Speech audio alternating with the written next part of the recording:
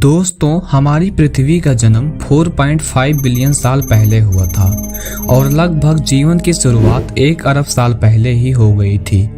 इस यूनिवर्स में अभी तक ज्ञात इंफॉर्मेशन के अकॉर्डिंग हमारी पृथ्वी ही एक ऐसा यूनिक प्लेनेट है जिस पर इंटेलिजेंट लाइफ मौजूद है।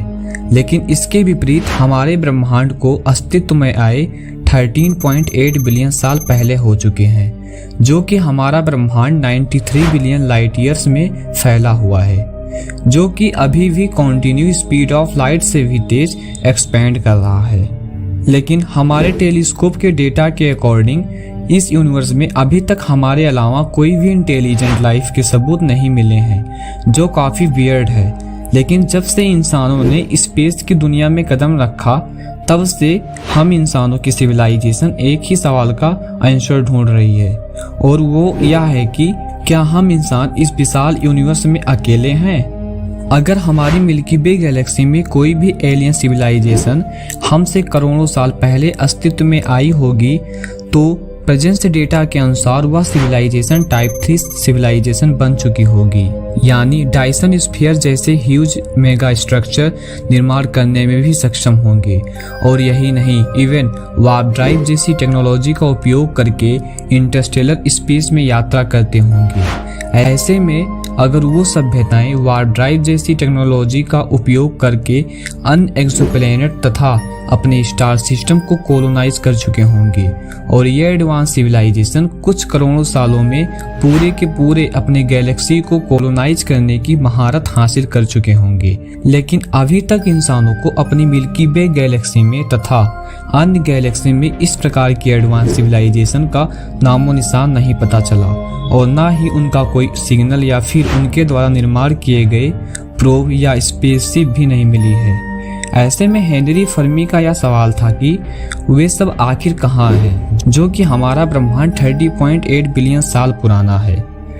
इसको हम लोग फर्मी पैराडॉक्स के नाम से जानते हैं। समय के साथ फर्मी के सवाल का जवाब ढूंढने के लिए वैज्ञानिकों ने कई हाइपोथेसिस दिए, जिनके बारे में आज हम बात करेंगे। हमारे ब्रह्मांड में मौजूद उन्नत सभ्यता द्वारा एनर्जी यूटिलाइज के बेसिस पर सिविलाइजेशन को 3 कैटेगरी में डिवाइड कर सकते हैं। First, type 1 civilization. ये सभ्यताएं अपने प्लैनेट्स के एनर्जी को यूज तथा हार्नेस्ट करने में भी सक्षम होंगे।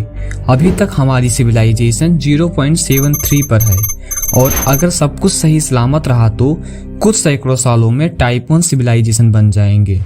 Type 2 civilization. यह सिविलाइजेशन अपने स्टार से निकलने वाली सारी एनर्जी को एक्सेस तथा पूरे स्टार सिस्टम को कंट्रोल करने में सक्षम होंगे, और ये सभ्यता अपने सोलर सिस्टम के एनर्जी को यूटिलाइज करने के लिए डायसन स्फीयर जैसे विशाल रिंग या मेगा स्ट्रक्चर का निर्माण करेंगे। अब आता है टाइप 3 सिविलाइजेशन। यह सिविलाइजेशन अपने गैलेक्सी को कंट्रोल करने और एनर्जी को हार्नेस्ट करने में भी सक्षम होंगे। हम इंसानों के लिए टाइप 3 सिविलाइजेशन किसी गॉड एंटिटी से कम नहीं होगा। सन 1950 में हेनरिको फर्मी ने मेक्सिको में मौजूद अपने कॉलेज स्टूडेंट के साथ लंच कर रहे थे, और उसी समय उनके दोस्तों और उनके बीच एलियन लाइफ को लेकर काफ़ी चर्चा हुई, जिस पर फर्मी का सवाल था, अगर हमारे धरती के अलावा कहीं और जीवन मौजूद है तो वो आखिर कहाँ है? क्योंकि यूनिवर्स की उम्र को देखते हुए इन ग्रहों पर लाइफ इवॉल्व होने का बिलियन सालों का समय मिल चुका था, जो कि वो काफ़ी हमसे एक एडवांस सिविलाइजेशन बन चुके होंगे।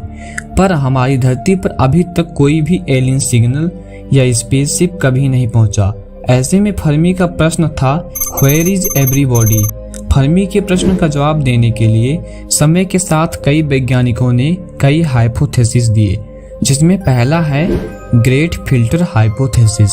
इस थ्योरी के अनुसार इस विशाल यूनिवर्स में एक तरह का ग्रेट फिल्टर मौजूद है, जिनकी वजह से अगर कोई लाइफ इवॉल्व हुई होगी तो पहले किसी कारणवश विशाल मास एक्सटिंक्शन से उस लाइफ फॉर्म का अंत हो गया होगा। इस मास एक्सटिंक्शन का कारण climate change, gamma ray burst, asteroid impact और आइस एज भी हो सकता है। यह डिजास्टर माइक्रोबियल फेज में ही एक इंटेलिजेंट लाइफ को एक एडवांस सिविलाइजेशन बनने से पहले ही डिस्ट्रॉय कर दिया।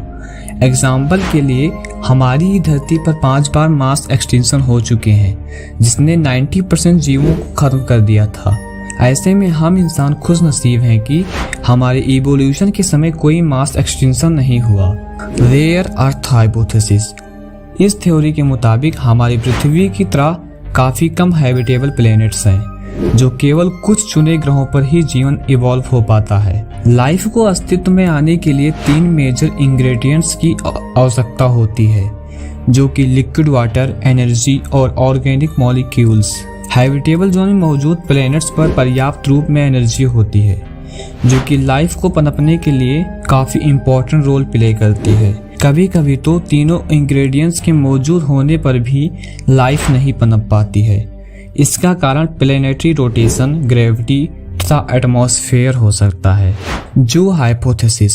इस हाइपोथेसिस के अनुसार हमारे ब्रह्मांड में कई एडवांस सिविलाइजेशन मौजूद हैं, लेकिन वो बिना किसी इंटरफेयर के हम लोगों को इवॉल्व होने के लिए हमसे दूरी बनाए हुए हैं। अगर इससे पहले यूनिवर्स में अगर कोई जीवन पनपा होगा तो वह हमारी सिविलाइजेशन से कई गुना ज्यादा एडवांस होगी, जो कि वो उनके बाद जन्मे किसी दूसरे स्पीसीज को मॉनिटर करने, कंट्रोल करने और साथ साथ मैनिपुलेट करने में कैपेबल होने पर या उस यंग सिविलाइजेशन के लिए खतरा है। इसलिए वो हमें इवॉल्व होने के लिए प्रॉपर वे में समय देना चाहती हैं। ऐसे में यह एडवांस सिविलाइजेशन दूसरे एडवांस सिविलाइजेशन को मॉनिटर करती होंगी जब तक कि वो civilization socially, culture and psychological तौर पर खास लेवल पर डेवलप नहीं हो जाती, जो कि वो किसी एडवांस सिविलाइजेशन द्वारा कांटेक्ट करने के इम्पैक्ट को झेलने में सक्षम हो सके। ऐसे में हो सकता है कि हमारी दुनिया अभी तक इतनी एडवांस नहीं हुई हो और सही समय आने पर वो हमसे कांटेक्ट करेंगे। वैसे आपका इस बारे में क्या विचार है, मुझे कमेंट करके जरूर बताएं। अगर आपको हमारा कंटेंट पसंद आया हो तो चैनल को जरूर सब्सक्राइब करें, लाइक करें। Thanks for watching.